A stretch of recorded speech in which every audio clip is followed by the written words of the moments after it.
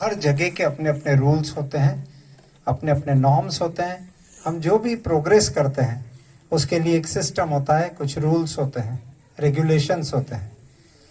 लेकिन आखिर इनको रूल बनाए कैसे, ये सबसे बड़ा, बहुत बड़ा एक प्रोजेक्ट इंडियन गवर्नमेंट की तरफ से इनिशिएट हुआ। जब हम आज़ाद हुए और आज़ादी के बाद इस देश को किस दिशा और दशा में लेकर जाना है, विकास का कौन सा पथ अपनाना है, यह एक बहुत बड़ा एक यक्ष प्रश्न सबके सामने था।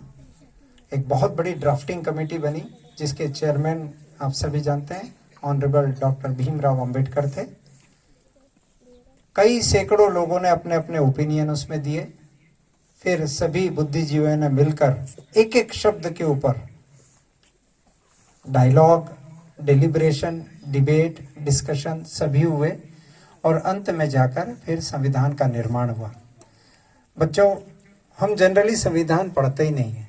उसका कारण ये है कि जो जो बताया जाता है आप फॉलो करते जाते हैं और वो सभी संविधान में लिखा हुआ है।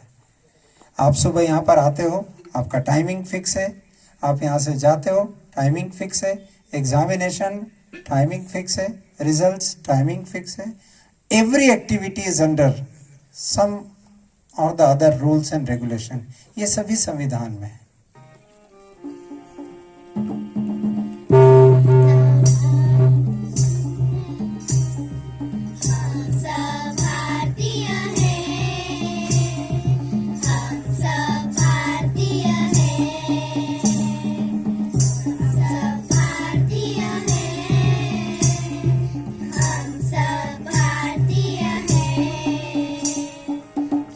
अपनी मंजिल एक है।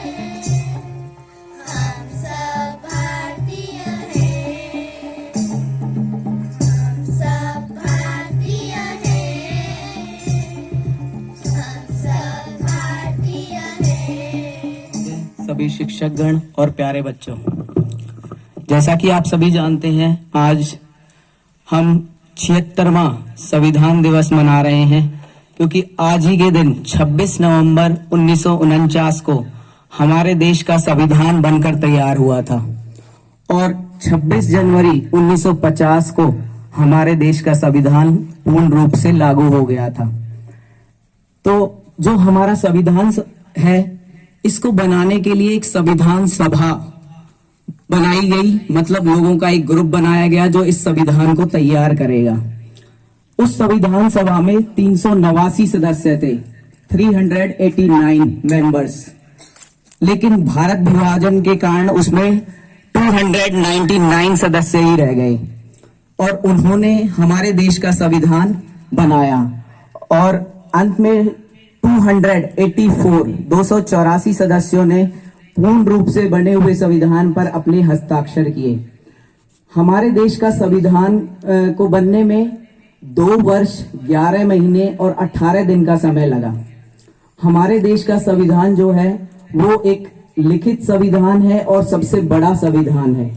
यह कठोर भी है और लचीला भी है। क्योंकि कठोर इसलिए कि इसकी जो मूल दस्तावेज जो है, इसमें आसानी से संशोधन नहीं किया जा सकता, और लचीला इसलिए कि जो अलग जो पार्ट हैं या अलग जो कानून बने हुए हैं उनमें हम अमेंडमेंट कर सकते हैं, मतलब उनमें संशोधन कर सकते हैं आर्टिकल 368 के अकॉर्डिंग। जो हमारा संविधान है, इसके लिए, इसको बनाने के लिए 13 समितियों का गठन किया गया। उसमें जो एक समिति थी प्रारूप समिति, आप सभी जानते हैं, उस प्रारूप समिति के अध्यक्ष थे भीमराव अंबेडकर। एक तरह से उन्होंने पहले ही कि हमारा संविधान किस तरीके का होगा, उसका प्रारूप जो है संविधान सभा के सामने प्रस्तुत कर दिया और अंततः बहुत दिनों की चर्चाएं और बहुत आपस में डिस्कशन संविधान सभा के मेंबरों ने इस पर किया कि हर व्यक्ति को ध्यान में रखते हुए, हर समाज के व्यक्ति को ध्यान में रखते हुए, चाहे कोई किसी जाति से बिलोंग करता है, चाहे किसी धर्म से बिलोंग करता है, चाहे किसी कास्ट से, मतलब सभी को ध्यान में रखते हुए इस दस्तावेज को तैयार किया गया कि किसी का भी अहित ना हो, सभी लोगों को ध्यान में रखा जाए और उनके हित में जो है ये संविधान बने। हमारे संविधान में बहुत सारी बातों का उल्लेख है, जैसे हमारे मौलिक अधिकार, मौलिक कर्तव्य। मौलिक अधिकारों में हमें समानता का अधिकार दिया गया है, स्वतंत्रता का अधिकार दिया गया है और भी बहुत सारे जो हैं अधिकार दिए गए हैं। लेकिन इन अधिकारों के साथ साथ हमारे कुछ कर्तव्य भी हैं हमारे देश के प्रति, जिन्हें हमें ईमानदारी के साथ हमें उन कर्तव्यों को वहन करना चाहिए। हमारे देश के संविधान में बहुत सारी ऐसी बातें हैं जो हमें एक भारत का नागरिक होने पर गर्व महसूस कराती हैं और हमें एक नागरिक होने के नाते उन सभी बातों को ध्यान में रखते हुए जो रूल रेगुलेशन हमारे संविधान में दिए गए हैं उनको अच्छी तरह से फॉलो अप करना चाहिए। और हमारे संविधान में देखिए, भारत को एक प्रभुसत्ता संपन्न समाजवादी धर्मनिरपेक्ष राज्य के रूप में न्याय, लोगों को न्याय, समानता, स्वतंत्रता देने की जो गारंटी दी गई है उसको ध्यान में रखते हुए अपने कर्तव्यों का अच्छी तरह से निर्वाह करना चाहिए। एक देश का जिम्मेदार नागरिक होते हुए केवल अपने अधिकारों की ही बात नहीं करनी चाहिए, हमें अपने कर्तव्यों का भी ईमानदारी के साथ वहन करना चाहिए और देश की उन्नति में भागीदार बनना चाहिए। इन्हीं शब्दों के साथ मैं अपनी वाणी को विराम देते हुए जय हिंद, जय भारत। संविधान दिवस की शपथ। हम भारत के लोग भारत को एक संपूर्ण प्रभुत्व संपन्न समाजवादी पंथ निरपेक्ष लोकतंत्रात्मक गणराज्य बनाने के लिए तथा उसके समस्त नागरिकों को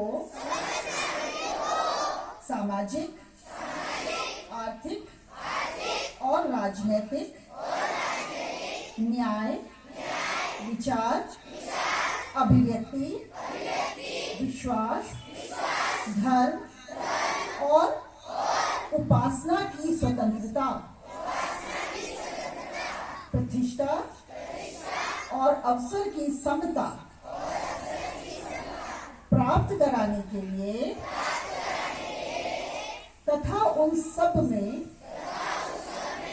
व्यक्ति की गरिमा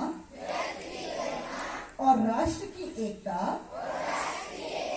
और अखंडता सुनिश्चित करने वाली